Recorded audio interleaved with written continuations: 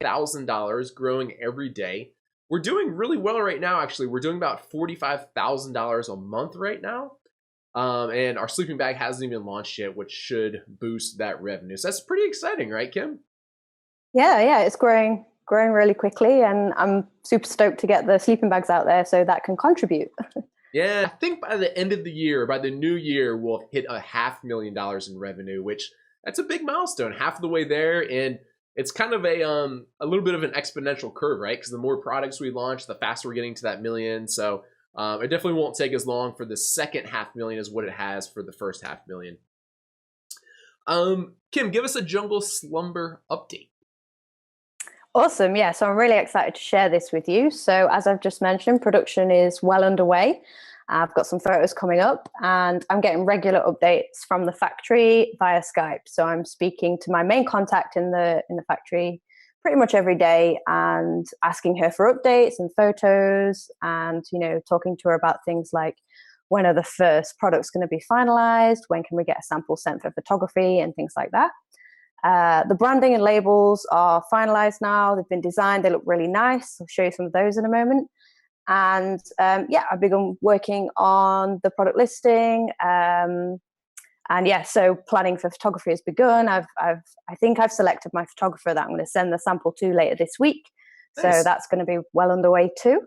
I just put a little screenshot in there. I've got a really good rapport now with the supplier, and it really helps to let them know that they're doing a good job and that you're really happy. It makes them really happy as well to know that we're building a good relationship. So cool, right on. Yeah, well, here are some. We already kind of shared these once. We figure we just share them one more time. The artwork all the way to the left, that again is the big label that's going to go on the outside of our plastic bag. So the sleeping bag comes in its own like carrying case bag. We're putting a plastic bag over that, and then we're putting this label on the outside of it. And then the two designs you see on the right hand side, those are the insert card, and it's two-sided, so that's one kind of side of one of those is each side of the insert card. The blank space in the bottom left is where our FNSKU barcode's gonna go. But yeah, I think last time I shared this, Kim, was the week you had off. But I'm pretty happy with how it turned out. What do you think? Yeah, I really like it. I think it's very fresh, and it kind of appeals to the target market that we're hoping to sell the products to. So yeah, I really like it. And the insert there, I believe, is going to be like a swing ticket. So it's going to be sort of attached to the sleeping bag inside the packaging. Nice.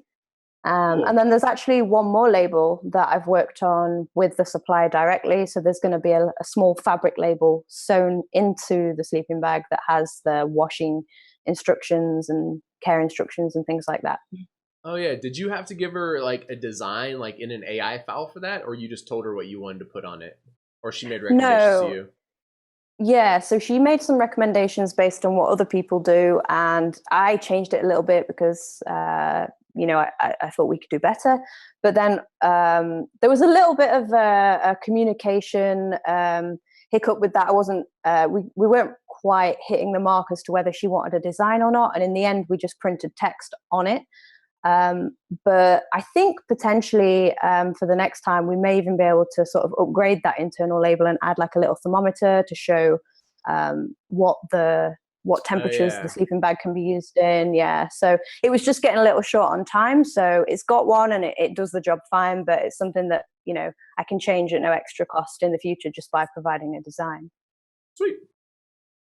And here's some pictures. These are looking sweet. I was pretty stoked when you showed me these pictures. I think it looks really nice. What are your thoughts? Yeah, I really like it. And I think the photographer is going to have fun, because you can see on the photo there on the right, the fabric is a little bit shiny. So I'm sure the photographer will have fun with that, but it's nothing a professional can't handle. But it's because it's the ripstop fabric that I actually got the factory to upgrade it to that fabric type. So it's more durable. I think it's a bit more weatherproof. So yeah, it makes it higher quality. Cool. Yeah, I think the colors turned out really nice. Like the straps that I'm looking at, like with the tan color, that goes nicely on the gray and the blue. And The logo looks good on there, and yeah, I think it's coming along really nicely. The zipper, tell us a little bit more about the zipper and the pocket inside. Yep. So the pocket inside was no issue from the start. Every supplier I spoke to, it's easy. You just stick a little bit of fabric and sew it onto the inside. The Mm-hmm. zipper, not all factories were able to source this. I think it's actually a small attachment that goes onto a regular zipper, and it Oh, just really? helps to guide the fabric sort of out of the way of the zipper so it doesn't snag. So yeah, obviously we're going to draw on that in the product listing quite heavily and make sure that it's known as a feature. Cool. But yeah, overall, I think it's looking good. So let's dig into the numbers real quick. These are updated financials when we were calculating our profits. That was like back episode 3 or something, of Yeah. session 2. We made estimates for some of these, and now we have better guidelines to go off of.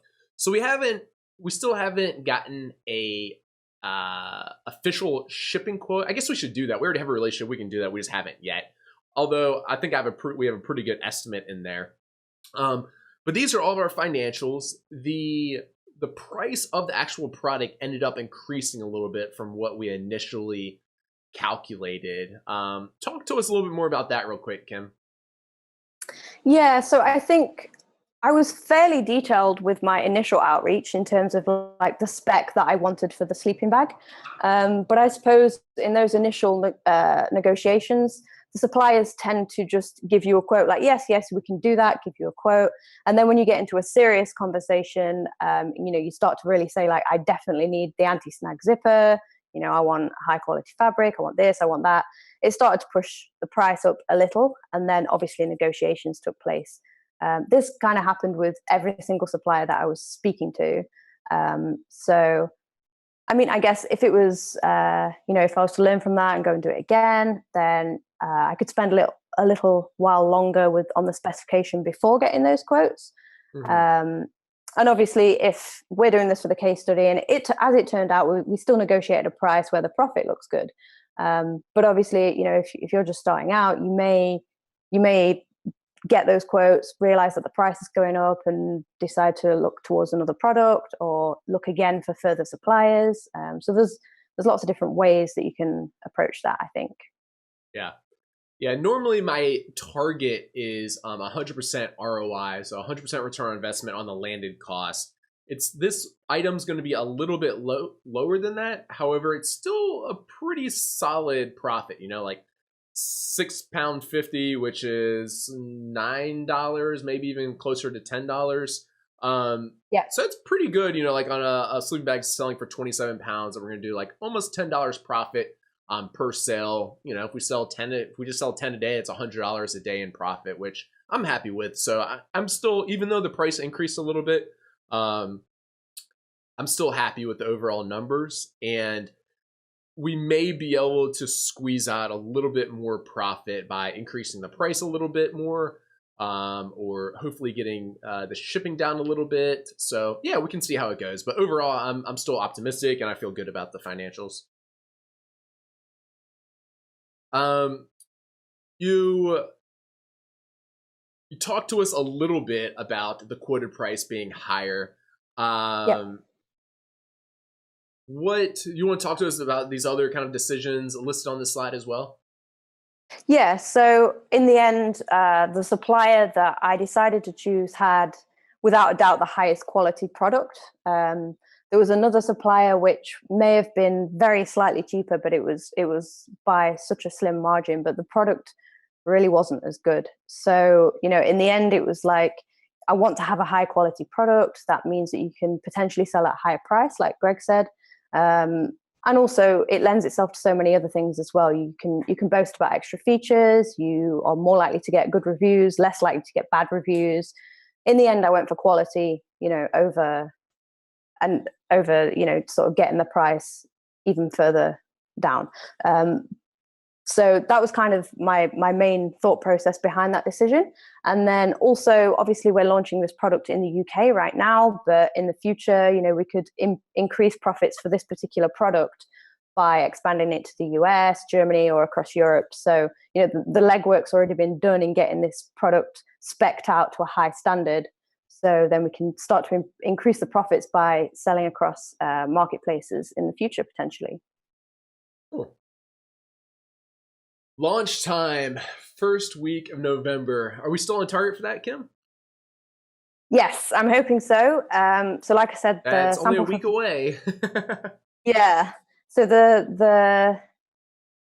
yeah, I guess it is. I think I'm waiting for a response from the supplier, which should come, sort of anytime now, on when the first batch of products are going to be ready to ship, and then we're going to send those by air freight to get them in stock sooner, whilst we wait for the rest to be sent by ocean. So I'm kind of just waiting on the final word on that, and then hopefully we should be more or less on track. Cool. And I'll just add a little quick note to that. Air freight, of course, it is much quicker, like to send a shipment DHL or FedEx or DHL or what, UPS or whatever. It is significantly more expensive. And if this product wasn't part of the case study, we likely would not do it. We'd just send the entire shipment via ocean freight. However, there's a lot of people following along the case study. They're excited to see us launch the product. We're excited to launch it. We want to see it also, So we are going to send like a couple hundred units by like DHL to get them there quicker, so we can go ahead and get our photography done and launch this, which we're excited and everyone following along is excited about. So yeah, that's something to keep in mind, that if you're just optimizing for profits, it's generally just going to be cheapest just to send the whole thing ocean freight. But yeah, if you're excited to get it launched too, then you can do kind of similar to what we're doing and send some via air courier. So Kim, I have some questions for you. I'm ready. Back to our full faces. All right. So I guess we didn't really at the beginning talk about what this episode is about. So we're giving you guys an update. I'm sorry. And then I want to dig into Kim's thoughts about the entire process a little bit more, because I've launched a lot of products. The first two products in the $1 million case study, the bamboo sticks and the hooded baby towels, those are both my products. But in addition, I've launched like 100 other products, or over 100. So I almost like forget what it's kind of like for a first-time person launching a product. And this part of the case study is very different because Kim legitimately is doing all the work. We actually don't even like during the week really talk about it. You pretty much ask me all your questions during the case study and that kind of stuff. So I wanted to get a little bit more insight into how this has been going for Kim, and some of like the lessons or the things that she wished she would have known ahead of time. Because our goal of this case study is to be 100% transparent and make sure that like we're sharing every kind of like last detail of it. So I figured this would be a really valuable thing to do for this particular session. So let's start back kind of like from the beginning, Kim. Like how did you feel going into the product research? And just tell me like a little bit more about that. Yeah, okay. So I kind of went into it very optimistic. Obviously, I was excited to see what I would unearth and what products there would be that, have demand. I think I kind of already knew sort of the time aspect that would go into that. So I was prepared for that. And I think, if you're going into this and you didn't already have that information, then the best thing to know would be that, this is one of the most important parts. You really need to make sure that you find the right product that's going to be profitable. So you really need to sort of set aside the time to work on this upfront.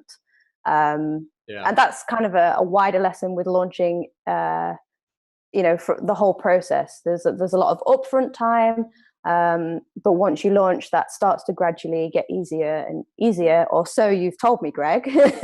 I'm hoping that's the case. So yeah, I think for me it was actually a really exciting part, because it's like, this is going to be the thing that I'm launching. So it's kind of fun. I set aside, sort of a few hours, a few times a week, sort of in an evening, do a few hours, and then keep updating a spreadsheet. And then, after the first couple of weeks, then, you spent a fair amount of time on it and you start to get a good idea of what your product ideas are. What, for a complete beginner that they never knew anything about Amazon or FBA or Jungle Scout or anything before the $1 million case study, how much time do you think they need to allow to do the product research to find a good product? I would say about 30, 40 hours. And obviously you can spread this out over a couple of weeks, depending on what your other commitments are. Yeah. You may get lucky and find a lot of ideas really early on and sort of strike gold, as it were. But other times you may find ideas that you think are good, and then you look a little bit deeper and you're like, oh, actually, no, that's not going to work. And then you kind of have to go back to the drawing board. It can be a little bit frustrating at times, but persistence, and you will find something eventually. Yeah. Cool. So what part of this journey have you kind of like, what's been the most enjoyable part for you? Give me some of the highlights. Actually, I think the most enjoyable part has been like forming the relationship with the supplier. And Oh, I yeah? actually thought I thought that was going to be one of the most difficult parts. If you've never worked with suppliers in China before, it can be quite daunting, but it's gone really well. We get on really well. So I've So actually you guys are like really best buds enjoyed it. now? Yeah, exactly. Cool. We have a little bit of, non-work related chat as well, get to know each other a little better, which I think really helps. So that I would say I've probably enjoyed the most.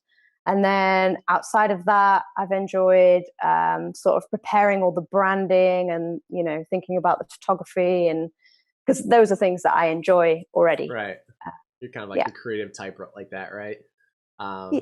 Cool. But then, speaking to the supplier and forming that relationship, I didn't think that would be enjoyable, but it actually turned out to be really rewarding. So Cool.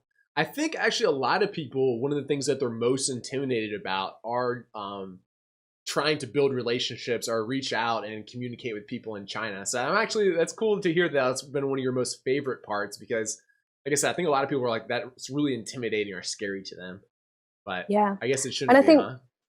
I think when you're starting out, you feel a little bit like a fraud, and there's no need to. You sort of feel like I'm not a proper business yet, and are they going to think that I'm serious? But when you speak to these suppliers, you soon find that they're all very eager to get your business, and then once the talks start to get serious, they definitely respect you as a business. So try not to have those fears before you go into it. Cool. Give me some low points. This process, obviously, it's not just all fun and games. What would have been some of the struggles for you? I think pricing negotiations I kind of knew wouldn't be my strong point. I actually think, obviously, although the price ended up going up slightly, there maybe was some lessons I could have taken from that, for next time. But that was probably one of the things that I kind of came to you with more questions about.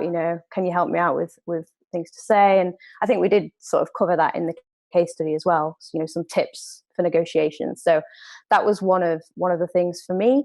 And then I think just generally, these things do take time, and you want to get it right. You don't want to leave out any important pieces of information. So sometimes, it can feel a little bit like you've made progress, but then there's something else that may set you back a week. I think the best thing is just try not to get too stressed about that, and keep plowing on and moving forward. But it's gone pretty well so far. Cool. How often I was just thinking about this as you were talking about that. How often do you talk to your supplier, and what? I think you showed a screenshot of Skype, but what communication method do you use? Yep, it's pretty much all on Skype now. So it started out on Alibaba, then it went to email, and then we quickly added each other on Skype. I was really pleased to get them on Skype because I spend a lot of my time at my laptop. So WeChat is kind of a bit more of a pain point for me to use because I have to get out my mobile phone. Most of these suppliers have both. So for me personally, I found it easier to speak on Skype. For some people, you may be on your mobiles all the time, so WeChat might be better. We pretty much speak every day in the week, and although the suppliers are online sort of normal working hours in like China's time zone, but I also tend to find that she does often stay online late as well, or come back online late. Right. So, I mean, right now I'm in Bali, so we're on I think the same time zone now. So that actually worked out really well. But Right. even when I was in Vancouver before, and we were on very different time zones, there was a little bit of overlap at like 6 p.m., or she would come online in the evening to talk to me. So yeah, pretty frequently, and time zones haven't really been an issue no matter where I am.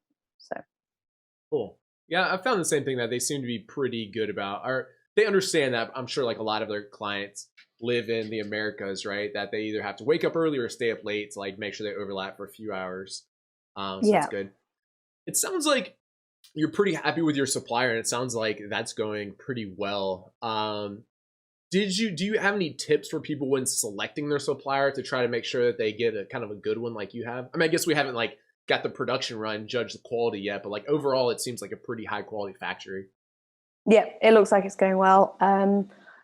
I think a lot of gut instinct comes into it in terms of the vibe you get from them, how the communication is going, how quickly they respond, and obviously price and quality is a huge consideration as well.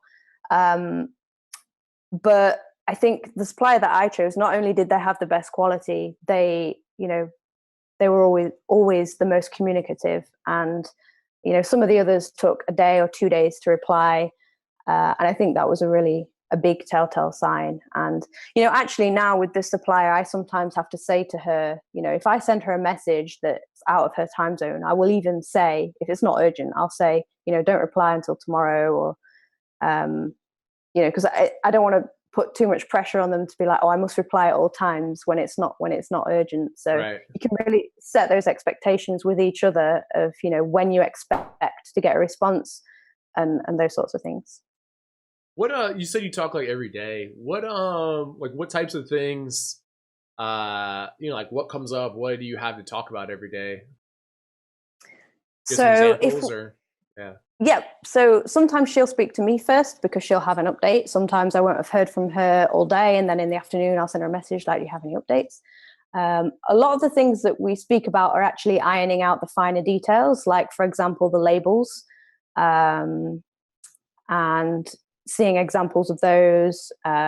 If you need to make any changes to things, which sometimes can happen, maybe you need to change a design that you've sent over, or maybe you decide you want to air freight, speaking to her about the sample for the photographer. So there's loads of finer details that we kind of talk about on a day-to-day basis, Yeah. that you can't really organize those things beforehand because things can change in the timeline. And also it's too overwhelming. You are trying to communicate with someone who English isn't their first language. So try and take one step at a time.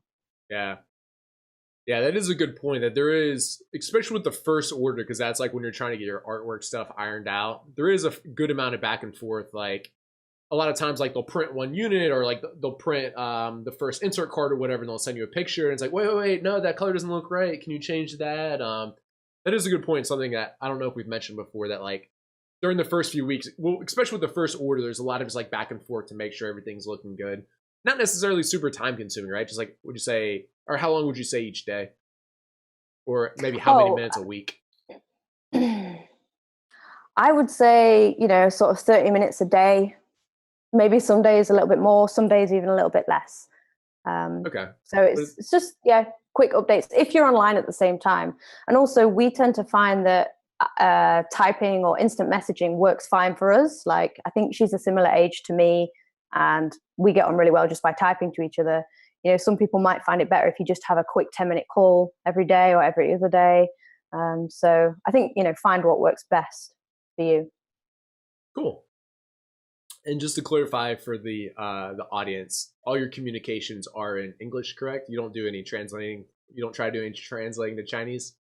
No, none at all. Her English is really good. There's only a few times where we have to rearrange our sentences to understand each other, but for the most part, the English is really great. So Cool.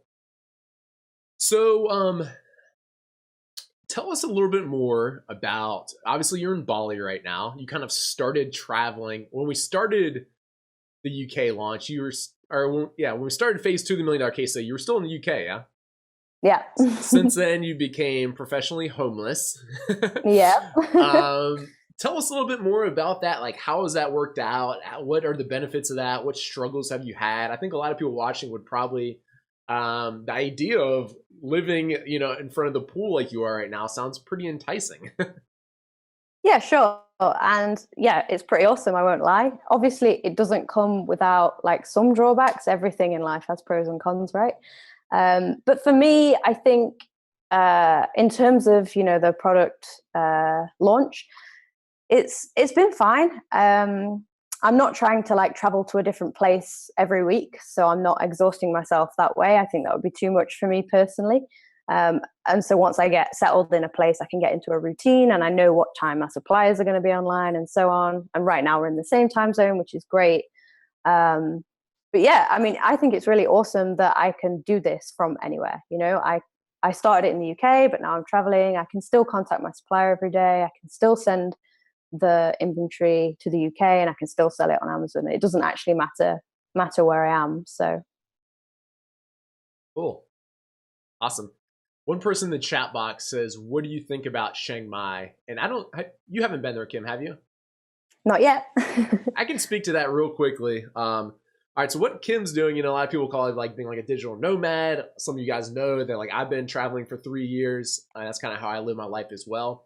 And one of the points I'm going to touch on just real quick, since we're on the topic, that's pretty cool, is if you're just starting out, especially, and you're trying to be like really mindful of the budget so you can invest more into your business and get started.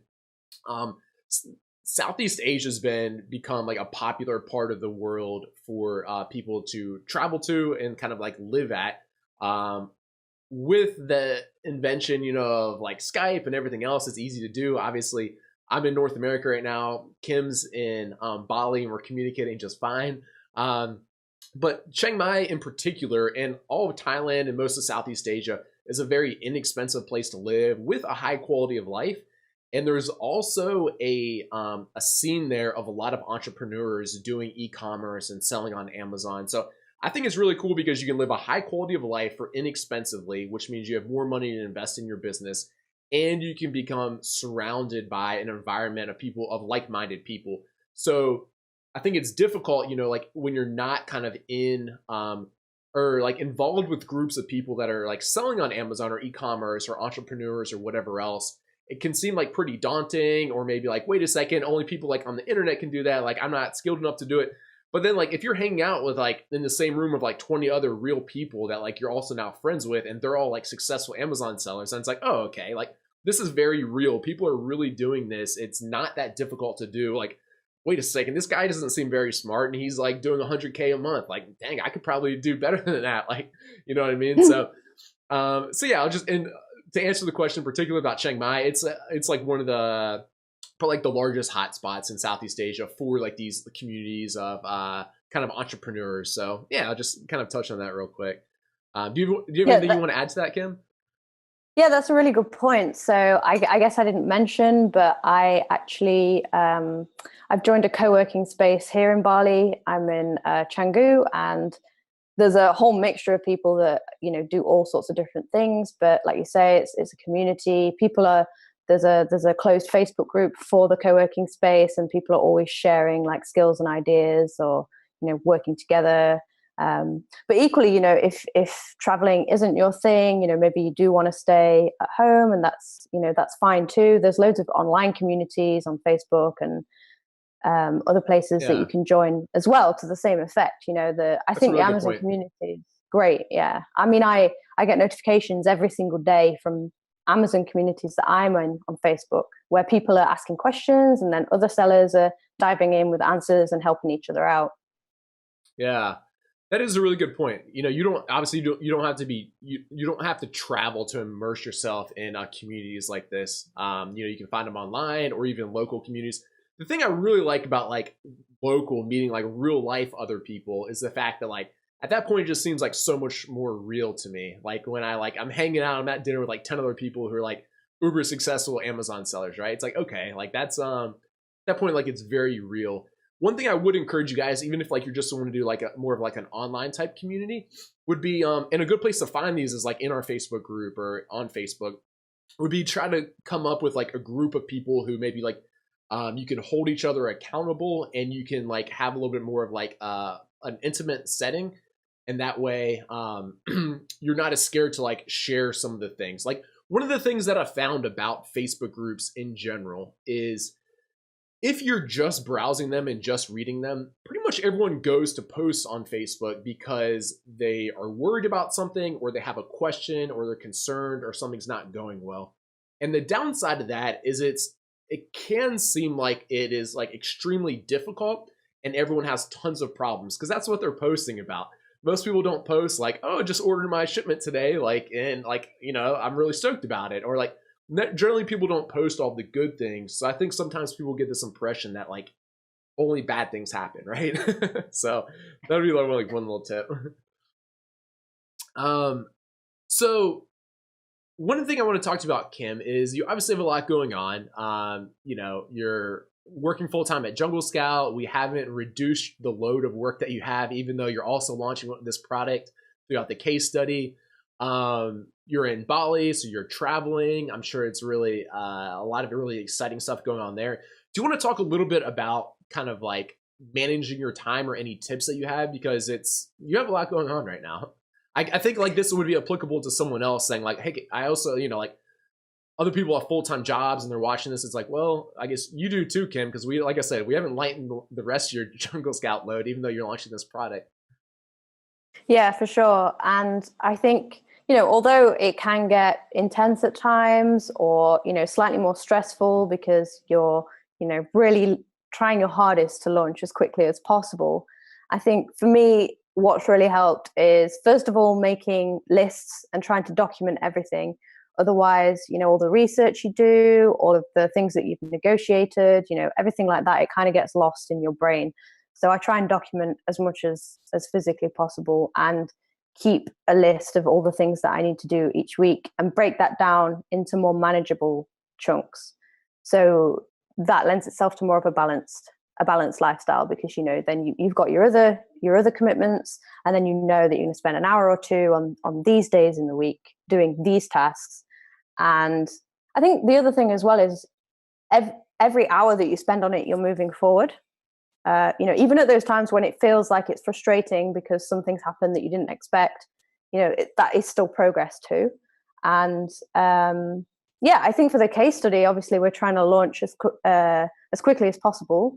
But if I was doing this outside of the case study, as long as you're making progress and moving forward, it's better to do it right than to rush. So I think any progress is good progress, whilst at the same time, obviously, getting that first product launched is the key to getting started. The longer you leave it, you're not making any profits.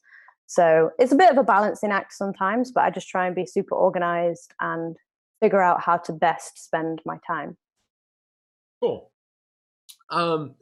Let's talk, I think, especially towards the beginning of the case study. I don't see as much chatter about this anymore, but VAT seems to be like a major hurdle for a lot of sellers. Like, oh, I can't sell in the UK. I don't know what VAT is. Or like, I remember even like the first episode of like the Europe edition $1 Million Case Study. People were like, wait, what about VAT? It's like, we haven't even found our product yet. Like, I'm not worried about VAT yet. Come on, guys. But let's just talk about it real quick for like 2 or 3 minutes, because I'm sure people watching this still have concerns. Do you want to try to give an overview of VAT? I know you're not a specialist, but do you want to try to do it, and then I can help fill in if you need help? Because I feel like we have a good grasp on this now. Yeah, definitely. I think the session that we did, we had a guest on that explained it perfectly. And I think, first of all, it's useful to know that obviously, whilst you can get all of these things set up yourself, there are also lots of services out there and professional accountants who can help you through this, which, personally, unless you're an accountant and this is something that, you live and breathe, you're probably going to want to do that, because it's kind of a waste of your time to spend hours pulling your hair out about it. But actually, in a nutshell, it's a lot simpler than it sounds. So effectively, all of your products on Amazon, you will collect VAT. So in the UK, that's 20%. And so my retail price for the sleeping bags is $26.99, and that is inclusive of VAT. So the money that I will get paid from Amazon will be inclusive of that VAT, and then I need to account for that and then eventually pay it back to the Queen in the UK. And then those rates can vary across Europe, and it gets slightly more complicated when you sell in more than one marketplace. But effectively, that's how it works. And I'll also say, I think people from Europe, it's probably not as scary. Let me focus on people, let's say like from the US, because that's probably the largest market. Like if you're from the US and you want to sell in the UK or sell in the EU, let me just add on to what kind of Kim said there to try to help like ease these fears or pains for you. You can use if you already have a legal structure in the US, you can use that. It's like we have an LLC in the US. That's what we're using to register and sell on this Amazon UK account. All right. After that, we have to register for a VAT number and a URI number. They're both very easy to do. You can hire someone to help with them, or you can do it yourself. And of course, we go into all this more depth during that particular. Do you remember what session that was, Kim? 7 or 8 or something? I think it was 6. 6. Okay, we go into this more depth in section 6, but I'm just going to give you the broad overview to ease your fears.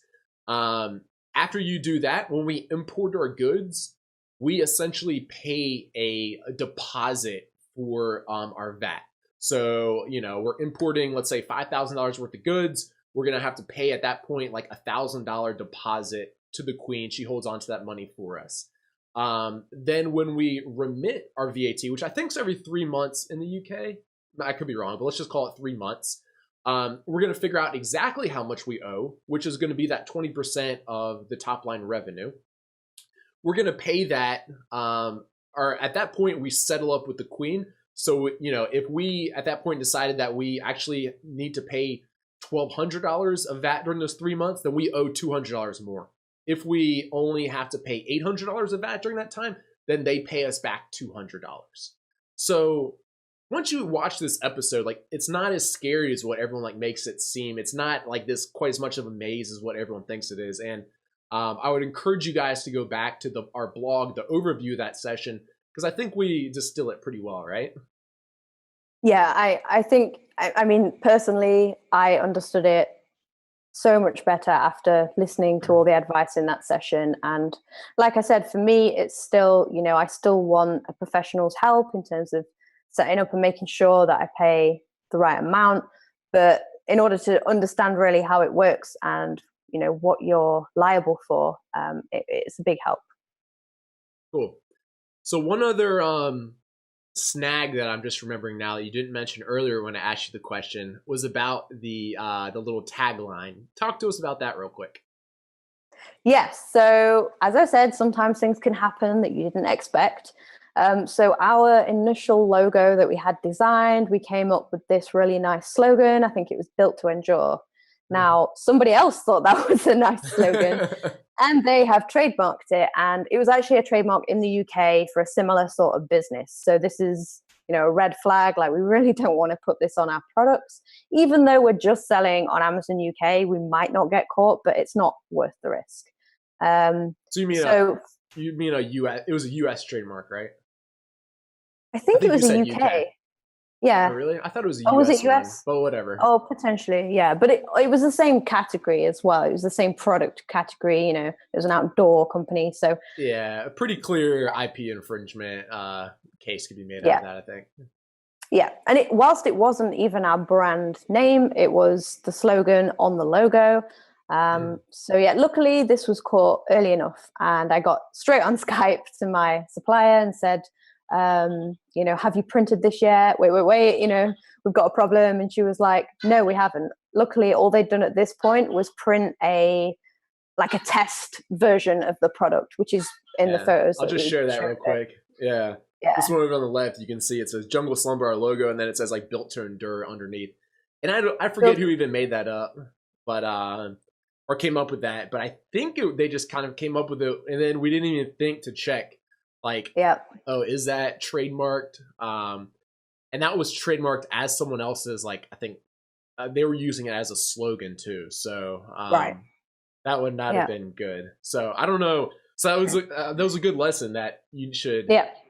you should be checking for trademarks if you decide to use like a little slogan or tagline or whatever else. Yeah, exactly. Definitely, like more than just your brand name, you need to look at any sort of slogans that you use. Like, especially if you come up with one that you think that sounds awesome, then it might be that somebody else thought the same thing. So I'm really glad we Right. caught that though, and we managed to turn it around quickly. Just change the design, and then I sent it straight back to the supplier. And they hadn't already printed tons of fabric, so there was no cost implication for them, and they were more than happy to change it for me. So Cool. phew. Yeah, I'm glad it worked out okay. Yeah. Close call. And I mean, all right, so let's talk about what would we have done if we had printed and shipped and they arrived at Amazon and then we then figured this out. At that point, it gets a little bit more tricky.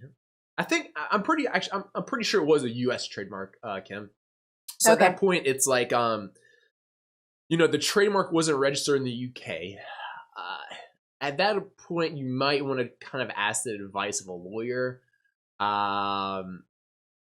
Me personally, I probably would have gone ahead and tried to sell out of that lot since it was a US trademark and not UK. I don't know all the legal intricacies here. So I probably would have proceeded to try to go ahead and sell that lot kind of without them saying anything or knowing about it or whatever else. And then the second lot, I would have switched it.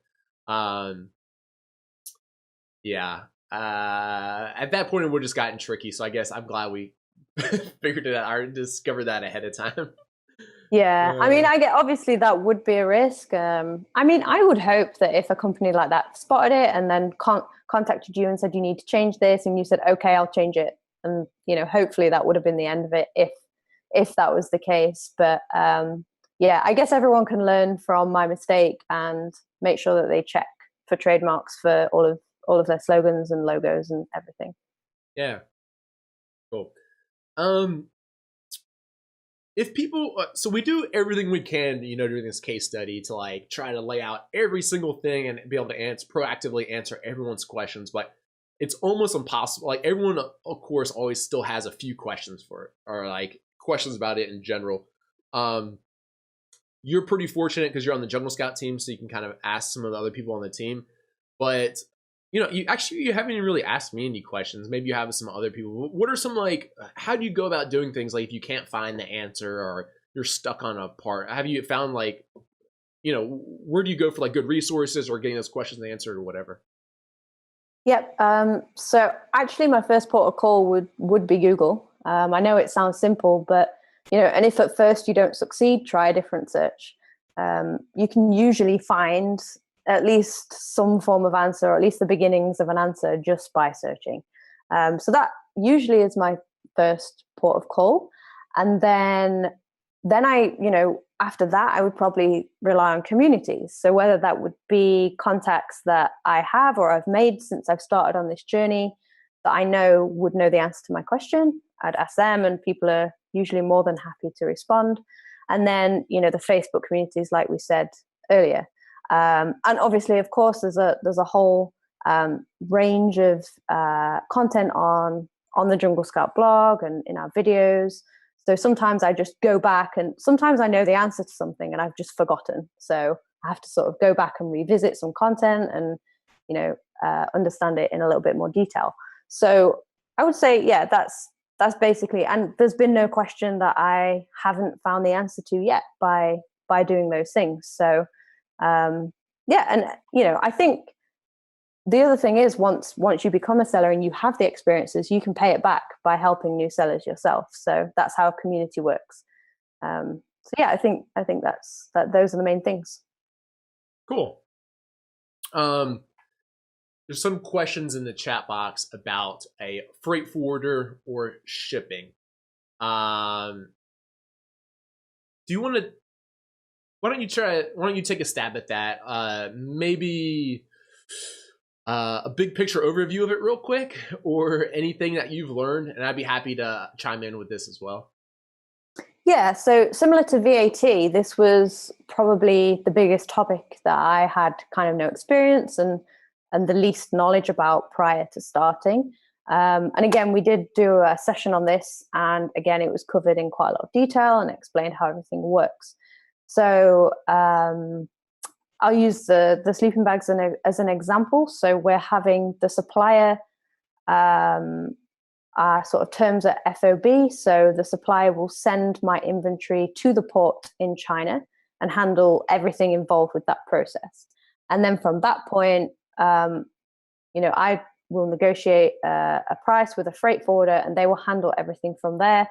So getting it into the UK, getting through customs, and ultimately getting it from the port in the UK over to the distribution center. So I think the main thing is, and Greg, maybe you'll go into more detail on this, but as long as you have a good, strong relationship with a freight forwarder, they can really help you through all of this. It's not really something, if you're doing like ocean freight, it's not really something that you can navigate on your own, or it would be very difficult and timely. So Greg, do you want to add to that? That's pretty much the gist of it. So, I mean, Kim and I, neither of us or anyone else in the Jungle Scout team's ever going to touch this product. It's going to be shipped from the factory in China to the UK, and then it's going to land at the port. It's going to be unloaded out of a container, and then it's going to be put on pallets and then taken into the Amazon warehouse in the UK. At no point do we ever touch the product. Obviously, neither of us are in the UK, so it's not really possible for us to do so.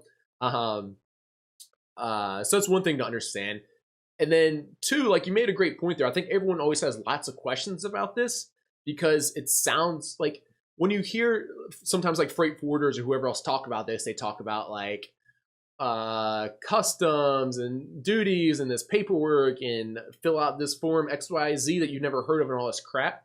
But I think they're just trying to make like their like maybe emphasize like why their job's important, because the truth is you don't have to do any of that. All you have to do is pay the freight forwarder your money, and then that's why you hire them to like take care of all that stuff for you. So pretty much how it works is you find a freight forwarder, you hire them, you then tell them where your goods are. So our goods are going to be delivered to this port in whatever city in China that our supplier will tell us. At that point, we need to get our goods from that port to this distribution center in Amazon. We figure out which distribution center it is because we create a shipment plan inside Seller Central. And then Amazon tells us, hey, send all your goods to this distribution center. So now we have an address. We give that address to our freight forwarder, and then it's up to them to find the most cost-effective or most efficient or the best combination of the two way to get our goods from that port in China to this distribution center in at Amazon.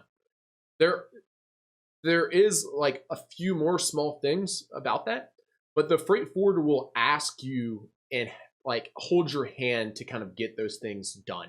So they might say, whatever, like you need a bond, and you'll say, okay, well, what's a bond? I've never gotten one of those before. And they'll say, oh, it's this. And you can say, where do I purchase that? And they'll probably say, you can purchase it through us or through here. This is how much money it costs. You say, okay, here you go. Like, and that's it. So like you can ask all those other little questions, and there's not even much stuff like that, but you can ask any questions like that to your freight forwarder once you hire them. Okay. So it's not very difficult because you're hiring an expert and the expert's going to handle it. And that's pretty much the only way to ship ocean. If you're shipping like DHL or FedEx or whatever else, it's super easy because it's just like any other DHL or FedEx shipment. You just pay DHL and they pick it up one place and deliver it the other place, and it's handled. So it's not a very scary thing. It's once you do it one time, it's like, oh, okay, that was pretty painless. Anything else I forgot about that? No, I agree. It sounded a lot scary. You're importing goods from China and the whole shipping process, it's complicated for the expert to sort it all out. But the freight forwarders, they're so helpful, and anything they need from you, they will just ask you for it. It's the same thing with the suppliers, right? You end up forming these good relationships, and they help you out and get things done. Yeah, and I think the first time I worked with a supplier, I think I was like, they would ask me questions sometimes, and I was like a little bit scared. Like, even just things like, hey, do you want me to send you like a PI? I was like, crap, I don't know, what's a PI? So like I Google it, right? And I was like, oh, okay, yeah, please send me like the purchase invoice or whatever. Or like or like I didn't know what Incoterms were at the time, so they'd be like, "Do you want FOB price?" I was like, "Crap, I don't know what's FOB prices." Like Google it. Oh, okay, like free on board, and then like that's an Incoterm. So, you can always Google it, or you could just ask them. But like if I didn't want to Google what FOB was, I could probably just ask them, and they would just explain it to me. And yeah, they would know at that point I was a complete amateur, but it's like whatever, right? Like we already talked about the price. Like I mean, at this point, like they're gonna want to get this order done and hopefully help me succeed so I order more in the future. So you don't have to be too scared about it. For sure. One thing actually that we kind of talked about this earlier, but with importing to the UK, one thing that's a little bit different in the US is this EORI number, EORI. I guess they call it EORI. I think it's free to register for. It's pretty simple to do. The freight forwarder is going to need that. And again, I guess the freight forwarder could help you if you didn't know how to do this. But they're going to need that number, and that's how they essentially create you like an account for you to pay your deposit into. Because remember, like when we import into the UK or EU, because of VAT, the value added tax, you have to put down this like deposit for the VAT, and that's associated with the EORI numbers, like your registration number, to understand or to kind of like know what business that deposit's associated with. But it's free, right, Kim? Registering for the EORI number? Yeah. So you just do it. You do it online. Online. Yeah. Right. So it's not that hard. Super easy. Yeah.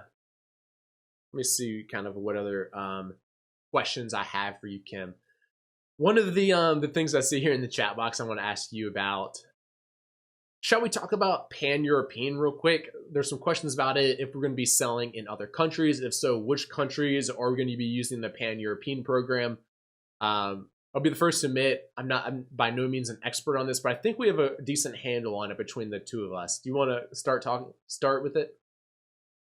Yeah, so it's something that Amazon, it's a program that they run to, I guess, to encourage sellers to sell across the European marketplaces. A lot of them are growing quite rapidly. That's, it's great opportunity for sellers to get in there early. And Amazon kind of want to help this along. So it's a program whereby you send your inventory. I think you would send it to one location, and then it's sort of distributed across Europe. And you would have a product listing on each marketplace, and then your product can be sold across all of the European marketplaces. So I think that's it in a very basic sense. Obviously, there comes along with that other considerations, like you're going to be owing VAT in different countries. So, when it comes to accounting, you're going to need help with that. I think that's really not something you'd want to try and tackle on your own. Other things that you'd need to consider are translations. So if you're selling in Germany, you're going to want a German listing. You maybe want some German on your product packaging and so on. So there's definitely extra complications, but it seems like a really good opportunity to get into Europe as a whole. Yeah, I'll just say that to keep things simple, we're just going to start by sending our goods to the UK and just selling in the UK store. And then, because I'm a huge believer that like it's important to just get started with something, right? So it's like, yeah, we're not pan-European experts by any means, but we're going to start off by selling our goods in the UK. We'll share anything that we learn from it. And then down the road, like maybe our next shipment or whatever else we decide to sell in some other countries as well. Like Germany would be the next one to come to mind because it's the largest EU marketplace. So yeah, we'll the most important thing here is just to kind of get started. So the lowest barrier of entry for us is to just do one product, send it to the UK and sell them, .co.uk. Mm-hmm. I think that's great as well, because it means it's a good approach, because you can iron out any issues or any tweaks you need to make, when you order your next round of inventory. If at that point you decide to go pan-European, you've already kind of tested the product out in a European marketplace, and you can make those improvements then. So I think for me as well, Greg, that's been, it's taken a lot of pressure off. There's lots of things that I've had to learn and do, and for the first time. So it's kind of helped to focus on that one marketplace first and then think about that later. Yeah, I agree. What are there any other last tips? We're getting kind of close to the end of the hour here. Any last tips that you've learned that you feel would be important to share with new sellers? Yeah, so I guess like I said before, make sure that you kind of organize your time into manageable chunks and always tell yourself that progress is progress, right? Like try not to get too disheartened if you're juggling lots of things. As long as you're making progress each week, that's great. Like Greg just said, the key thing is to launch. You can grow, you can scale from there, but you need to launch your product so that you can start to rank and get sales, and you have to start somewhere. So I think that's key. And then the other thing is definitely think about playing to your strengths. So as I mentioned earlier, I knew that things like negotiations aren't my strong point. That doesn't mean I'm not going to do it and learn and get better at it. But equally, I know that some of my strengths include things like branding and the creative side of things. So, if you know you have strengths in particular areas, then that's something that you should definitely focus your efforts on. And later on down the line, when you grow your business, you may want to outsource certain tasks, the ones that maybe aren't your strengths. So it's good to sort of have a self-awareness overview of your strengths and weaknesses and what you need to learn and what you're already good at. And yeah, again, I've said this a few times, but definitely make friends, get involved in some communities. It's going to be really, really valuable because at the end of the day, like if you're doing this for the first time, you're going to need some friends that you can count on and ask questions. Yeah, I totally agree. All right, we'll do one last question. One in the chat box is, can I hire a VA for this? Do you want to give your thoughts on that real quick, Kim? I'd be Yeah, happy to chat about so this as well. yeah, so like I just said, it's good to know your strengths and weaknesses, and you may want to hire a VA to do certain tasks. I would probably say, though, if you're just starting out, it's actually a really good thing to go through the process yourself at least once so that you know exactly how to do it and what it entails. It's a really good learning curve, and also it keeps costs down, of course. But yeah, I think definitely a lot of sellers that I've spoken to as they grow their business, they want to outsource things that are easy to outsource. That is, that it won't take more of your time to brief somebody else to do it than it would to just do it yourself, to free up your time. So I think for me, it's something that I didn't really want to do, at least for the first run of this process, so I could be hands-on and learn. And then it's something that definitely is worth looking to in the future. I don't know if you would agree with that, Greg. Yeah, no, I would agree. I would say just one thing to add to that, just judging by how the question was structured, I do not think it's possible to, or the likelihood of success is very low to hire a VA, especially someone who makes very little money, kind of living in these low-cost regions, to say like, hey, watch the $1 million case study and then launch me a successful product. Yes, I like to think the $1 million case study is just this amazing resource, which I think it is, and a lot of you would agree with. But I think you need to do it like the first time yourself. They're obviously not going to have the same investment kind of like in this business as what you would, it being your money.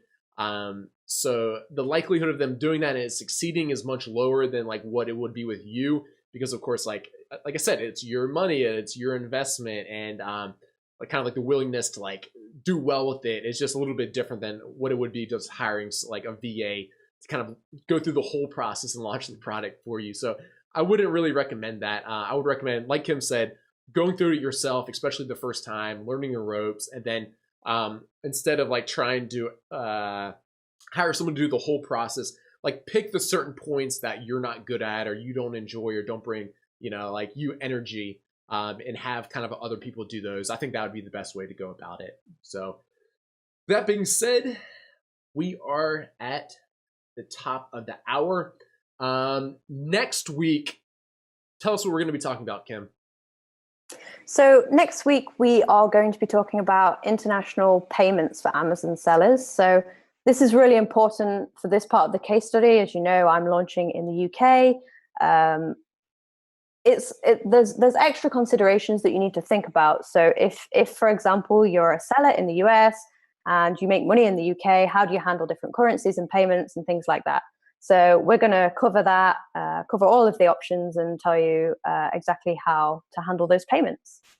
Yeah, and I think this is good. Even if you're in, I guess this isn't going to be quite as important like if you're in the UK, but if what you should think of as kind of like your home currency as anything else, like Australian dollars, US dollars, or whatever else, I think it's valuable to be thinking about some of these things. It's not required, but you can definitely save some money by potentially using some other services or keeping money in the respective currency. So like if Amazon's paying us in British pounds, to keep some of our money in British pounds to pay our VAT, and the rest of it being for us converted into US dollars, because that's what our corporation holds as its currency. And that's also how we're paying our Chinese supplier in US dollars.